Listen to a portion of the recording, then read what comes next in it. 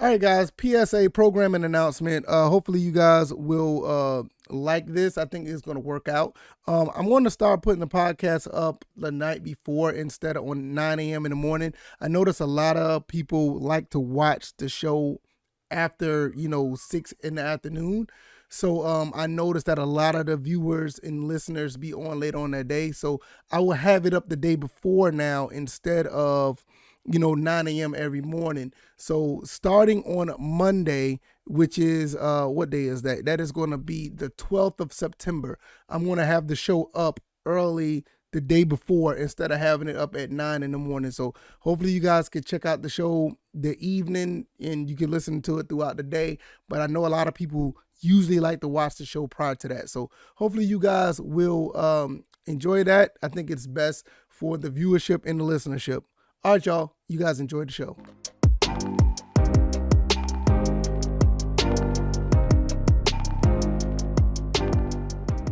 All right, folks, what is going on? This is episode 429 of the First and Frame Rate Show. I am Viv Baller. Over here, we talk about Georgia Southern and Atlanta Falcons football. Look, I know I'm supposed to be talking about some Atlanta Falcons football eventually. I know they play the Saints. It's supposed to be a rivalry week for them. They're playing the Saints, and I just don't have much to really expound upon on that right now because I am too excited for this Georgia Southern and Nebraska game. I will get to that game eventually, sometime before the week is out. I will make a video or I'll do something on the podcast pertaining to that game because it's a lot to talk about. But this game here, the Georgia Southern Nebraska game, is one of the statement games that Coach Helton has on the bulletin board. This is something that I know he has the staff and the players thinking that they can go in and win this game. It's not going to be easy, but they know they can win this game, and they're going to do everything they can. We're going to talk about some of the predictions that some people got out there. I'm going to give you my thoughts and opinions on why I'm excited about it.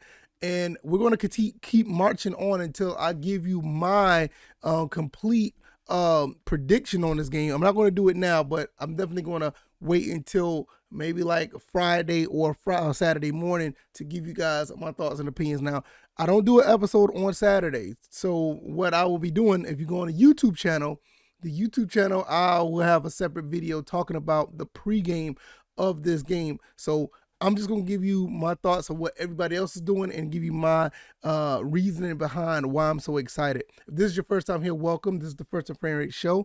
I am on Anchor, Stitcher, Spotify, Apple, and Google Podcasts. I'm also on YouTube and Rumble. So if you want to watch the show, you can watch it or at your leisure on the YouTube or Rumble avenues. All right, let's go ahead and get into this. First and foremost, I've been looking around the internets. A lot of people have been giving Georgia Southern a fairly good chance to make something happen in this game. I know the spread, in my opinion, I think the spread is a little bit is extremely friendly for people who want to bet. People who looking at this game and say, hey, wait a minute, this is not, this is not ideal to only have a 21, 22, 23 point spread. For a game like this. You would think in some cases Nebraska would be 30, 40 point favorites, but Nebraska's not that good this year. Nebraska's not that good, in my opinion, not compared to the other Power Fives. You see how they struggled against other teams, even the FCS, University of North Dakota. Now, I believe that Georgia Southern is better than North Dakota. I think Georgia Southern is much more on par with the Northwesterns of the world. And we should be able to give Nebraska a run for their money. I feel that Georgia Southern just had to go in and be a little bit disciplined. I think Georgia Southern needs to go in there and try to play their game, not make any mistakes, and not allow Nebraska to get in a rhythm in this game. You do not want them to get their confidence in this game. We saw what they was able to do against North Dakota, but it was more like late in the game where they started to pull away. Now, with that being said, I firmly believe that later in the game, you still have football teams that just start to lay down a little bit.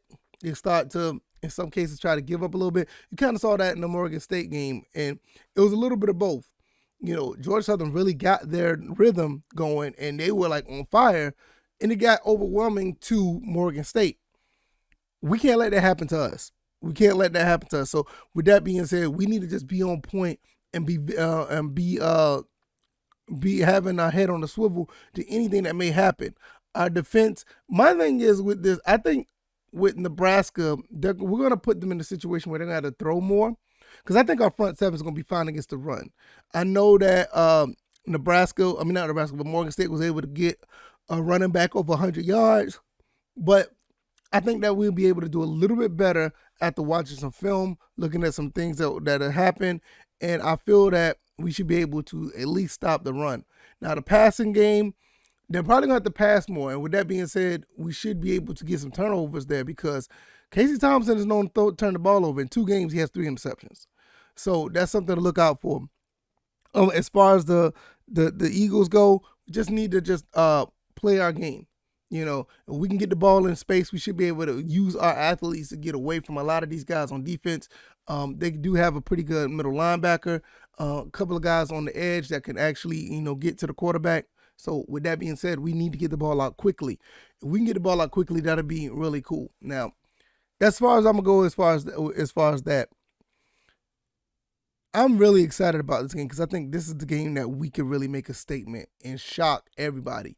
We win this game, a lot of people who sit here, or I ain't even gonna say if we win it, if we make this game close, if it end up being somewhere around 5-10, maybe 1 point, anything less than 10 point loss, I think we'll put a lot of people on notice, like, okay, Georgia Southern is doing something here. If we win this game, we're going to shock the world. And a lot of people who was doubting Coach Helton is really, you're really not going to see them anymore. These guys are probably going to fall back, and they won't have much to say. I think we have a really good chance of winning this game. I know there are some predictions out there saying that we will lose, but we will cover. So if that's the case, you might want to put some money out there on them. I'm not going to say bet, because, in some cases, betting is illegal in your state. But if you want to put some money out there, wink, wink, it won't be bad. The money line is 1,200 plus 1,200.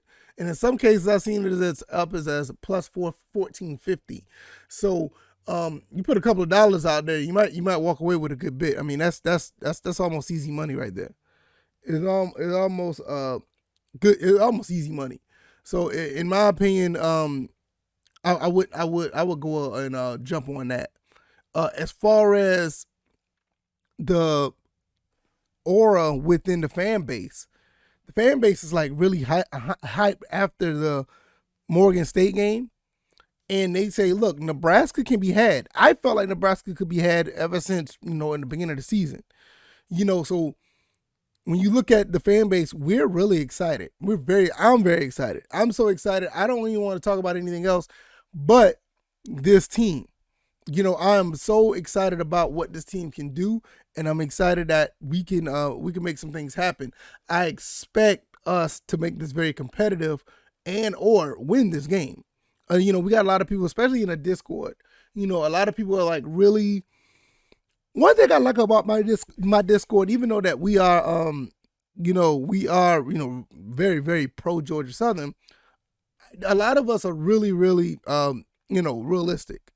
We're real realistic about what could happen. A lot of people saying we'll lose by 5. Some people saying 34-31.